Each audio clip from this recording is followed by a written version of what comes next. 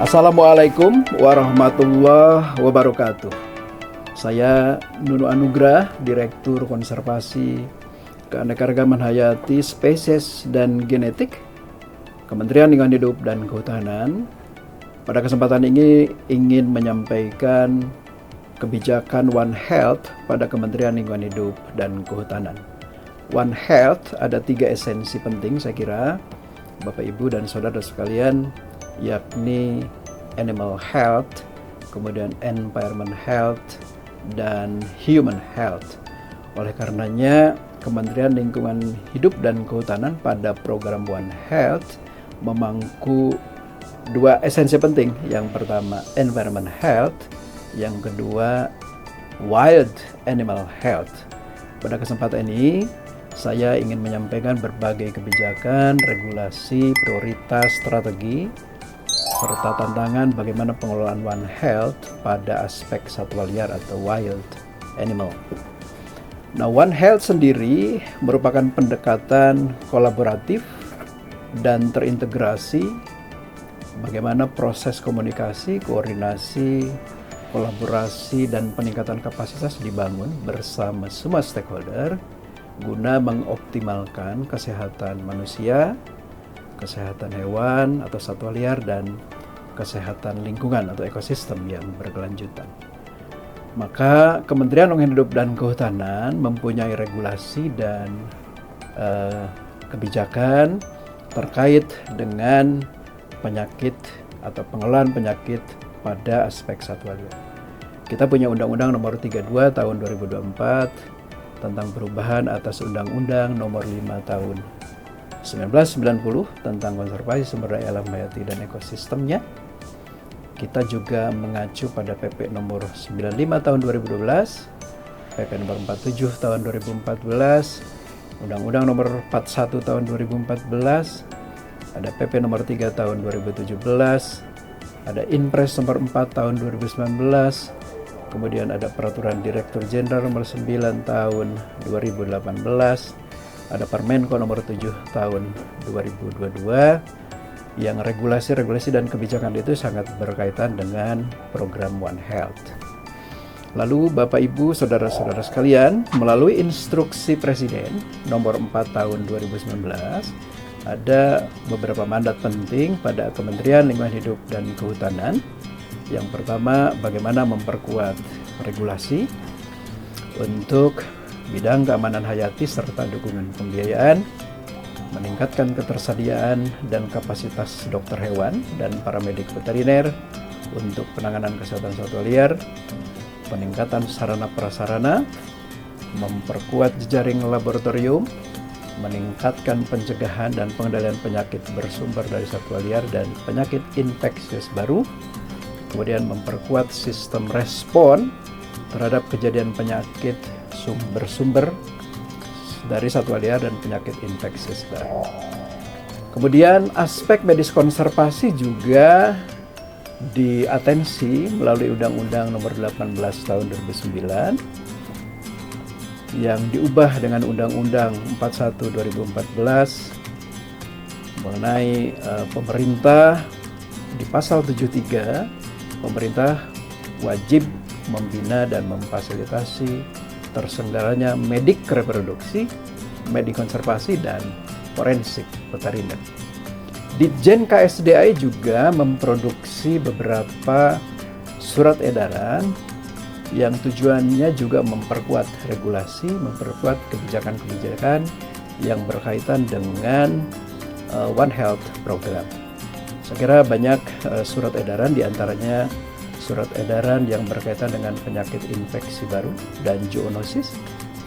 Kemudian kebijakan tentang penyakit zoonosis di pasar-pasar bawah tradisional. Kemudian berkaitan dengan pelepasliaran satwa liar, panduan penyakit mulut dan kuku, serta surat edaran lain yang relevan dengan program One Health. Kami juga menetapkan penyakit prioritas yang cukup berdampak pada satwa liar Indonesia, yakni flu burung, yakni tuberkulosis, malaria, rabies, maleodosis, antraks, nipah, leptospirosis, brucellosis, dan PBFD. Dalam konteks One Health Zoonotic Prioritization Diseases, pada 3 kementerian juga telah berhasil mengidentifikasi beberapa penyakit, diantaranya virus influenza, kemudian zoonosis yang disebabkan oleh virus corona, rabies, antraks, tuberkulosis zoonosis, dan leptospirosis. Nah, One Health pada Kementerian Lingkungan Hidup dan Kehutanan dengan objek atau aspek satwa liar ini bisa sebagai spillover dan spillback zoonosis dan penyakit infeksius baru. Kemudian pencegahan dan pengendalian penyakit pada satwa liar di Indonesia juga semakin kompleks. Kemudian perkembangan strategi pencegahan dan pengendalian, kerjasama lintas sektor, partisipasi publik juga terus kita lakukan. Kemudian langkah-langkah yang sistematis guna menyeimbangkan bagaimana manusia dan satwa liar bisa koeksis, serta kita ingin mengantisipasi dan mencegah persebaran penyakit. KLHK juga mendesain sistem informasi pelaporan kesehatan satwa liar. Bapak, Ibu, dan saudara-saudara sekalian, bagaimana mengatur pengelola, bagaimana kami juga bisa mengatur baseline data termasuk monitoringnya, bagaimana penetapan petugas di lapangan, sistem kerja dan mekanisme kerja yang dilakukan di lapangan secara sistematis sehingga sistem informasi pelaporan bisa dilakukan dengan baik, dikompilasi dengan baik gitu ya, dan sistem informasi pelaporan kami desain secara terstruktur. Nah, kami juga mengimplementasikan Sehat Satli, sebuah deteksi dini, konsep laporan, kemudian merupakan juga hal yang bersifat respon cepat. Kita inisiasi saya kira di tahun 2017, kemudian cukup efektif diimplementasikan sejak 2018 hingga 2024 atau tahun ini, dan sejumlah 45 unit pelaksana teknis sudah mengimplementasikan ini, dan kita terus mendorong bagaimana unit pelaksana teknis kami di Ditjen KSDAE terus melakukan implementasi, termasuk juga dengan OPD-OPD yang ada di semua provinsi di Indonesia. Tantangan One Health di KLHK juga kami hadapi, misalnya dengan keterbatasan tenaga medik konservasi. Kemudian ada penyakit pada satwa liar yang relatif banyak karena taksa satwa liar cukup beragam. Kemudian penyebaran penyakit satwa liar ini masih dikategorikan sebagai victim atau korban bukan pada resourcesnya atau sumber penyakitnya. Kemudian konteks penelitian dan kajian ilmiah berkaitan dengan penyakit dan satwa liar terus kita kembangkan melalui kerjasama dengan para peneliti, akademisi, universitas, BRIN, dan lain-lain. Oleh karena itu, kita punya strategi One Health di KLHK.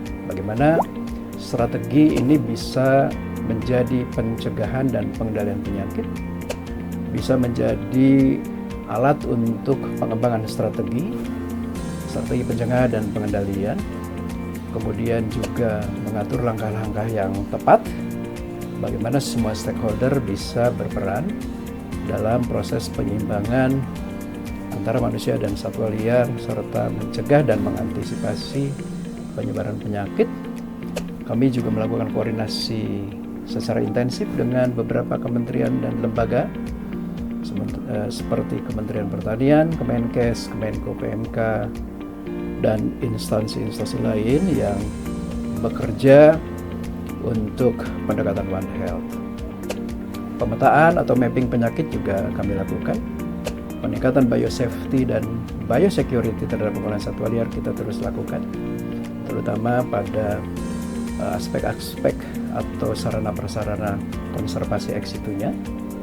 kemudian mainstreaming atau pengurus utamaan dan internalisasi isu penyakit di lingkup KLHK juga dilakukan bekerja sama dengan universitas, pusat-pusat penelitian. Saya kira itu Bapak Ibu sekalian, saudara-saudara yang saya hormati, paparan singkat tentang kebijakan One Health pada Kementerian Lingkungan Hidup dan Kehutanan. Semoga bermanfaat bagi kita semua, dan salam sehat, salam bahagia selalu untuk Bapak Ibu saudara-saudara sekalian. Izin mengakhiri. Wassalamualaikum warahmatullahi wabarakatuh.